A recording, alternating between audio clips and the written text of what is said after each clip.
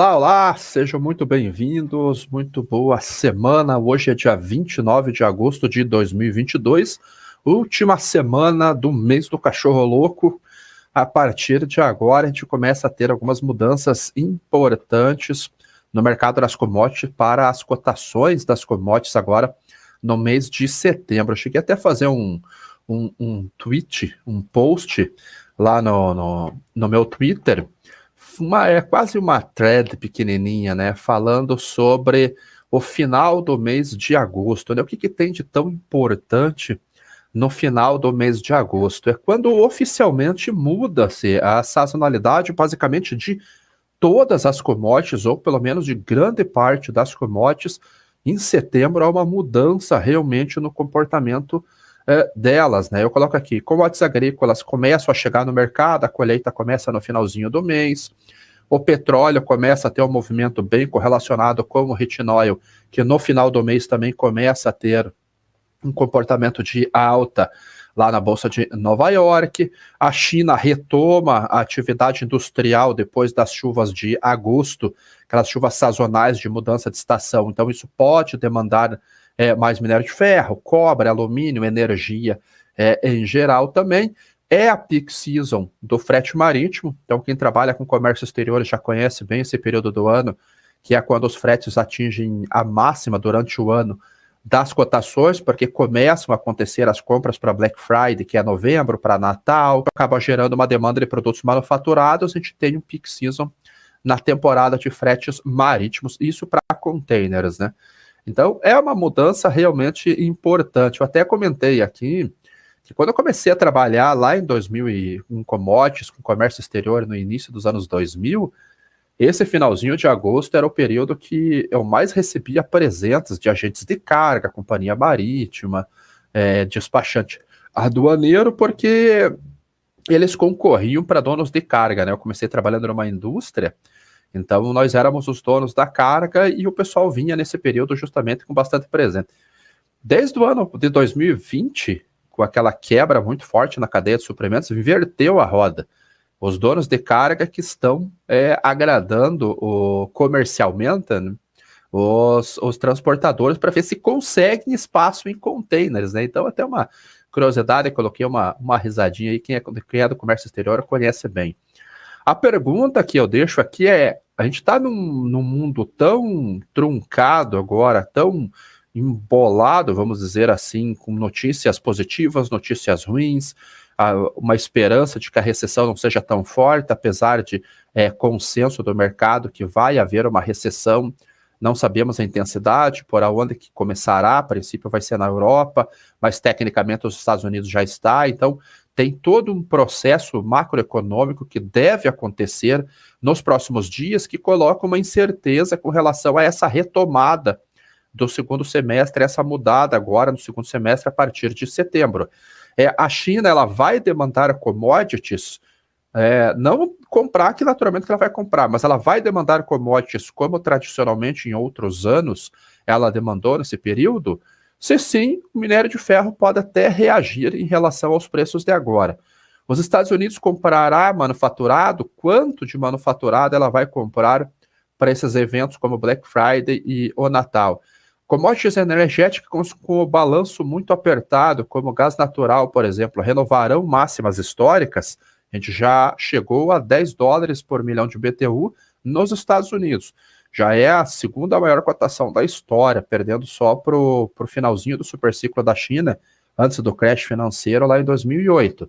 Então, como que ficará essas questões aqui de retinol, de gasóleo, de petróleo, de gás natural, como que elas vão reagir? O próprio café, aqui, como que o café vai se comportar agora que a oferta já está no mercado e a demanda se apresenta? Então, há desafios grandes com relação ao mês de setembro, e ele pode nos dar um indicativo, pelo menos no que tange às commodities, de como que será este segundo semestre.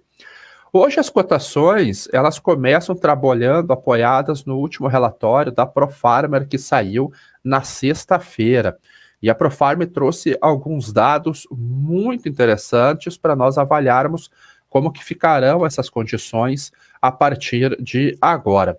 O trigo hoje, ele começa com uma queda de quase 1%, 0,9% na entrada da safra norte-americana, lá já abaixo de $8 o bushel, novamente, 7,98 dólares por bushel, vencimento março aqui 0,94%, só um segundinho, SW, é isso aqui, 0,94% de queda, e maio a 8,23 centavos de dólar, 8 dólares e 23 por bushel, uma queda de 0,87. Sazonalmente, esse vencimento aqui é a máxima, tirando esse ano aqui, que foi em março, devido à guerra, então acabou dando uma distorção nos dados, mas tradicionalmente março é o período com maior cotação, porque é o auge da entre-safra, né? Então é quando o trigo de inverno acorda, começa, vai começar a colheita já, então maio ele tem o período mais alto do comportamento sazonal de preços. Para esse trigo lá em Chicago, na última semana, os fundos reduziram a posição comprada em 7.952 contratos. Então, esse é o relatório do CFTC, ele sai toda sexta-feira à tarde, ele refere-se aos dados de quarta-feira até quarta-feira, e nós vemos que desde o mês de maio, os fundos vêm reduzindo suas posições compradas. Então, se nós olharmos esse indicador, Alessandra, é um indicador atrasado? Mas ele mostra como que foi o posicionamento dos donos de dinheiro com relação àquela commodity. Então, aqui está englobado futuros mais opções. Então, houve uma queda já na última semana novamente. Hoje teve uma notícia vindo do Cazaquistão também, que eles vão retirar as barreiras de exportação de trigo. Então, eles vão colocar mais trigo no mercado, porque está chegando uma safra próxima a 13 milhões de toneladas. Ano passado foi 11 milhões.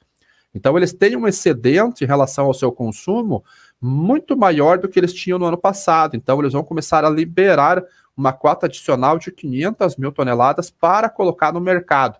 Isso também ajuda a colocar um pouco de pressão nos preços por lá. ProFarmer aqui eu não vi, eu acho que ele não fez levantamento do trigo, ele não chega aí lá na região do trigo, mas o fato hoje é que está caindo. Lá na Ucrânia, os embarques têm seguido com um ritmo muito bom. No comparativo do ano passado, houve uma queda de 52% nas exportações, então eles colocaram umas exportações ali de 3,6 milhões de toneladas. Por que não está abrindo? Aqui, 3,6 milhões de toneladas, é muito abaixo, 52% abaixo do que o ano passado, mas ele já começa a ganhar algum ritmo. Vamos ver se abre agora a matéria que está na capa da Reuters. Então, apesar da queda devido à guerra, essa volta do ritmo de exportação começa a ajudar as cotações a não terem tanta pressão. Então ele coloca aqui, 52,6, 3,6 milhões de toneladas. O que foi exportado até agora? 2,33 milhões de toneladas de milho, 981 toneladas de trigo e 289 mil toneladas de cevada, barley. Então ele começa a ter um ritmo. Antes da guerra, a matéria mostra aqui que as exportações ucranianas estavam com um avanço de 48% em comparação com o ano anterior. 8% em comparação com o ano anterior, em 48,5 milhões de toneladas. Então, olha o tamanho da queda nas exportações ucranianas devido à invasão russa ao país. Só que agora vamos torcer, tem ido um ritmo cadenciado, mais navios estão indo, navios estão saindo. Estima-se que nas próximas semanas aí, mais de 1 milhão de toneladas de grãos podem sair dos silos para os navios para ser exportação, então também tira uma certa pressão, mas nós vamos ver, eu acredito, que a sazonalidade fazendo efeito nas cotações do trigo, ou seja, talvez a gente tenha que olhar a análise técnica, dar uma olhadinha no balanço, mas talvez ele já esteja ali num fundo sazonal, e a partir daí a gente começa a monitorar a demanda se apresentando, o plantio começando a acontecer também no finalzinho desse mês de setembro, Estados Unidos, na Europa já começou, na Ucrânia já começou, a França também já deve começar daqui a pouco, França, Alemanha, para nós vermos como é que vai ser o desenvolvimento, então a gente começa a se encaminhar para entre safra ali, uma sazonalidade de alta nos preços. O milho, milho. Como diz o Cabral, não vai ter milho cozido para a festa junina do ano que vem, rapaziada. A situação do milho realmente tá feia. Trazendo desde a safra do Brasil, a gente teve uma quebra na safra de verão bem forte aqui, era estimado em torno de 30 milhões de toneladas, a gente deve ter fechado ali com uma produção entre 23 e 24 milhões de toneladas no verão. Nos Estados Unidos, a gente já tinha uma expectativa de redução diária devido ao custo dos nitrogenados. Eu mesmo cheguei até a ventilar a possibilidade, porque o nitrogenado caiu e estourou a guerra, e o potássio fez uma alta muito forte por causa da quantidade de países ofertantes. Quem sabe não poderia haver até um equilíbrio entre os dois, ou até uma redução leve na área da soja, devido ao custo do cloreto de potássio, que é um dos principais utilizados na cultura da soja. E a soja não utiliza quase nitrogenado, é pouquíssimas aplicações que você tem de nitrogenado, porque a raiz já consegue fazer essa reserva de nitrogênio, então você não precisa fazer a aplicação de ureia, por exemplo, como acontece com o milho, acontece com o café, acontece com a cana-de-açúcar. Essas culturas precisam de muito. Só que como o gás natural atingiu a máxima no ano passado, o produtor realmente reduziu bastante a área do milho. Então, quebra no Brasil, redução de área nos Estados Unidos. Então, isso já levou as cotações para patamares mais altos e manteve-se lá. Quando chegamos no mercado climático, finalzinho de maio, junho, julho, e agora agosto termina o mercado climático, mas principalmente julho e agosto, o clima numa parte dos Estados Unidos ficou muito ruim mesmo. Isso reduziu ainda mais a produtividade. Ano passado foi uma produtividade de 177 bushels por acre. No início da temporada, o USDA colocou a mesma produtividade. No último relatório, ela já reduziu para 175,4. E o ProFarmer fez o seu Crop Tour do dia 22 ao dia 25, e no dia 26 ele fez a publicação, e ele reduziu para 168 bushels por acre.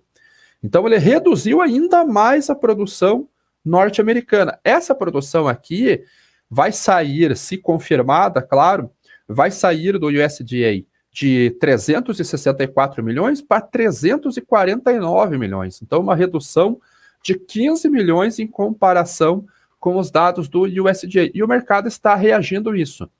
Quais estados, deixa eu ampliar aqui para ver se fica mais fácil para vocês visualizarem, quais os estados que estão sofrendo? Basicamente, quase todos tiveram uma redução em comparação com o ano passado, mas grande parte tiveram um aumento em relação aos últimos 3 anos.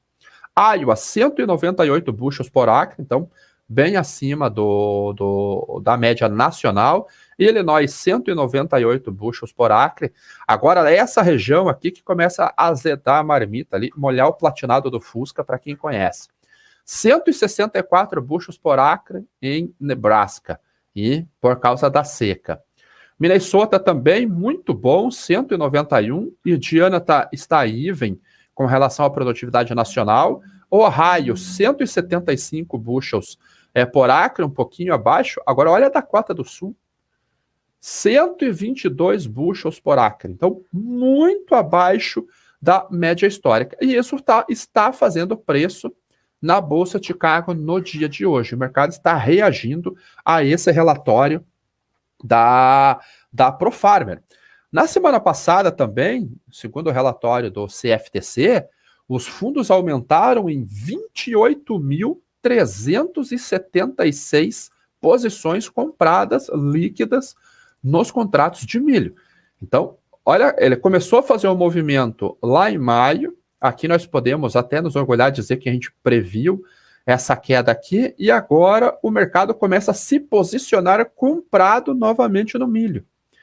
Porque você tem redução de produtividade, você tem redução de área, você tem a Ucrânia, que apesar de ter começado as exportações, ainda está aquém, e você tem um outro problema ainda. Você tem o problema lá da seca e do calor na China. Vai dar uma amenizada já nos próximos dias, mas a situação lá não está boa. E a situação na Europa também, bastante redução de produtividade devido ao calor. A International Grain Council já reduziu em 10 milhões de toneladas a produção de milho, e na China, nessa região do Yangtze, é quase 20% da produção nacional. Então, fundos voltaram a serem compradores do milho. Então, talvez eles já comecem a vislumbrar que realmente a oferta vai estar muito apertada. Cada vez que você tira a produtividade no mercado, você adiciona risco. Porque se a demanda começa a se apresentar e você não tem uma quantidade adequada, a curva vai se inverter. Por enquanto, ela está em carry, então a gente não tem esse sentimento ainda confirmado de restrição de oferta. Mas prêmio de risco começa a ser adicionado nas cotações na Bolsa de Chicago e hoje o mercado reage realmente ao relatório da ProFarmer. B3, o vencimento novembro, voltou a trabalhar acima de R$90 a saca, 0,47% de alta na sexta-feira, considerando o fechamento, né, 0,47% a R$90. O vencimento de setembro, daqui a pouquinho a gente já começa a ter a volatilidade da entrega, R$ 87,04, 0,58% de alta no cereal aqui na bolsa, na nossa bolsa brasileira. O mercado também já saiu daquela pressão lá por causa da Ucrânia, mas o balanço global está tão apertado que o Brasil, uma safra aí próxima a 87, 88, talvez até 90 milhões de toneladas, já que o plantio ainda está no finalzinho, a gente não tem o número correto, o mercado também vem demandar milho aqui no Brasil, acaba sustentando os preços, talvez não tenha um fôlego tão alto para alta se a Ucrânia estivesse fora do jogo, mas também para baixo, aparentemente está difícil de ir. Então, milho Chicago sustentado, milho B3 também sustentado. Para quem é produtor, tem uma oportunidade aí muito boa colocada à mesa, principalmente no spot, naquele milho que está disponível. Agora, e a soja? A soja, o ProFarmer trouxe um relatório muito bom para a soja, bom no sentido de oferta. O USDA está prevendo uma produtividade de 51,9 bushels por acre, ele aumentou a produtividade no último relatório, e o relatório da ProFarmer vem muito semelhante, 51,7 bushels por acre. Então, a produção do USDA, 123,9 milhões. Produção do ProFarmer, 123,4 milhões. Dando uma olhadinha individual pelos estados. Iowa, 60 bushels por acre. Illinois, 64 bushels por acre. Nebraska, 53 bushels por acre. Minnesota, 52. Indiana, 59. Ohio, 57. A Dakota do Sul, que está meio ruim aí, ó, meio ruim não, bem ruim, 41 bushels por acre, Dakota do Sul que acabou puxando. Nesse relatório, se vocês perceberam, não tem Dakota do Norte. Eles não vão até Dakota do Norte para fazer esse levantamento. São só esses estados aqui. E a produtividade, se não fosse a Dakota do Sul, com 41 bushels por acre, a gente teria uma produtividade maior do que o USDA nesses estados aqui que a ProFarmer acabou fazendo a cobertura. Então, não tem como ser diferente, senão uma realização de lucro daquelas posições compradas que os investidores vinham carregando. Esse finalzinho do mês deve começar a chegar as lavouras no mercado também, então a gente deve começar a ver uma pressão sazonal nas cotações lá em Chicago. Na última semana, fundos aumentaram as posições compradas na soja em 5.135 contratos, então nós acompanhamos um forte rally que foi sustentada pelo farelo de soja, esse a gente já vinha conversando aqui também, então eles aumentaram um tasquinho aqui a posição. Mas eu particularmente acho que a gente deva começar a ver uma pressão maior de preços a partir de agora, apoiado justamente na sazonalidade do produto. O farelo, desculpa, o farelo hoje caindo um tasquinho, só 0,23% de queda para o vencimento de outubro, $433 por tonelada curta, e o óleo de soja caindo 1,69% a $65 centavos de dólar por libra-peso. O vencimento janeiro, uma pressão nos óleos vegetais. Lá na China, na Malásia, desculpa, o óleo fechou com uma queda de 1,47% a 4.077 ringgits por tom. Então isso acaba pressionando as cotações do óleo de soja lá na Bolsa de Chicago devido à arbitragem entre as duas commodities. Cafezinho, queda de 0,58%, mas aqui também podemos colocar como uma realização de lucro. Semana passada o café subiu e subiu de elevador. Então foi forte, aquele ditado que há no mercado financeiro, sobe de escada, cai de elevador, foi o contrário, né? Subiu de elevador e não está tendo força para cair, mas o café está dentro daquele cenário que nós vemos conversando, ó. Quanto tempo que nós vemos falando da situação do café e aparentemente ele tem confirmado esse movimento realmente. Setembro não teve força para subir. A gente viu que a chegada do produto no mercado acabou colocando um teto nos preços, a quebra não foi demonstrada lá, talvez já tenha sido colocada no preço naquele momento lá, não era surpresa, não havia nenhum risco de geadas previstas para esse final de ano, para esse finalzinho de primeiro semestre, que pudesse impactar as lavouras, ainda bem, então não havia uma pressão de alta naquele momento. Talvez agora a demanda começando a se apresentar, há um pouco de incerteza, temores de recessão e tudo mais no mercado ainda, mas a demanda começando a se apresentar com a oferta posta no mercado, a gente pode ver movimentos dessa natureza aqui também. Então o café hoje uma queda muito leve de 0,58% a 238 centavos de dólar por libra-peso, vencimento dezembro. Petróleo hoje, mais um dia de alta, 0,49% de alta nesse momento, a $93,53 o barril. Então ele fez o movimento que a gente viu na semana passada, agora ele bateu numa média móvel aqui, tecnicamente, testou, não rompeu, então talvez ele venha testar em algum momento. Isso daqui pode ser que ele venha fazer um pullback aqui, né, bata nessa média e volte subindo. Agora, como eu disse no começo do programa, começa a sazonalidade de alta, mês que vem, né? Começa a sazonalidade de alta do heating oil, que é o óleo de aquecimento. Agora, deixa eu falar uma coisinha para vocês. O heating oil não é o diesel utilizado em veículos. Aquilo usado no veículo chama-se gas oil. Ele também é negociado na Bolsa de Nova York.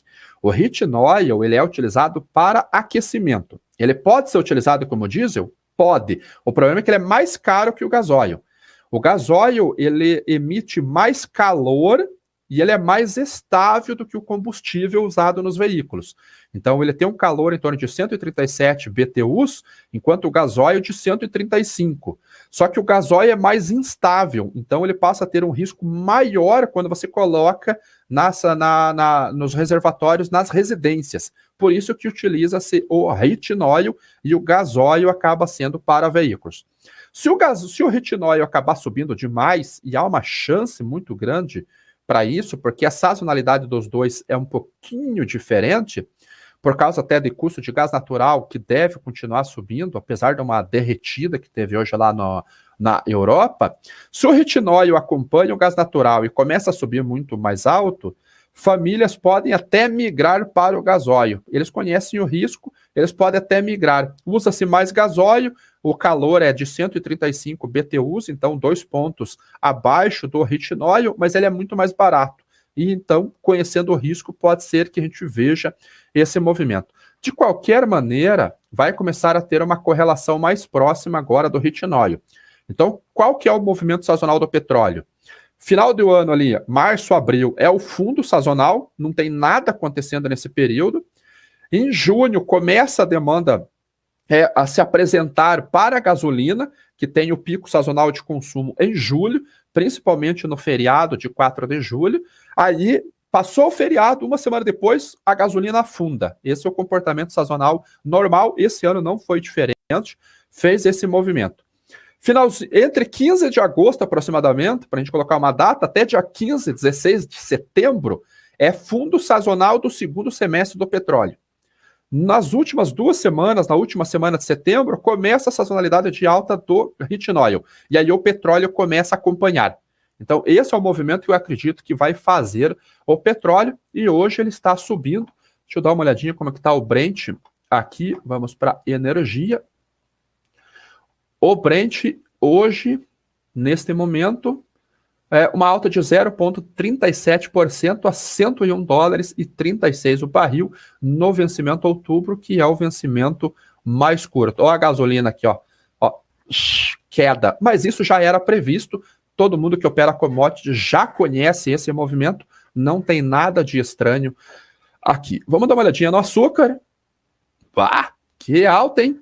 3,18% de alta no açúcar no dia de hoje, 18,47 centavos de dólar por libra-peso, essa alta do açúcar de hoje. Londres está fechada, está no IV, mas uma alta forte, que puxada que deu nas cotações do açúcar de hoje. Não viu motivo, não viu motivo. Talvez essa não dá para dizer que foi uma congestão, uma acumulação aqui, mas essa briga que teve aqui, ele descorrelacionou um pouquinho do petróleo. Então, talvez ele esteja fazendo um movimento de correção técnica baseada nas cotações do petróleo. Não sei, não vi realmente o que aconteceu aqui.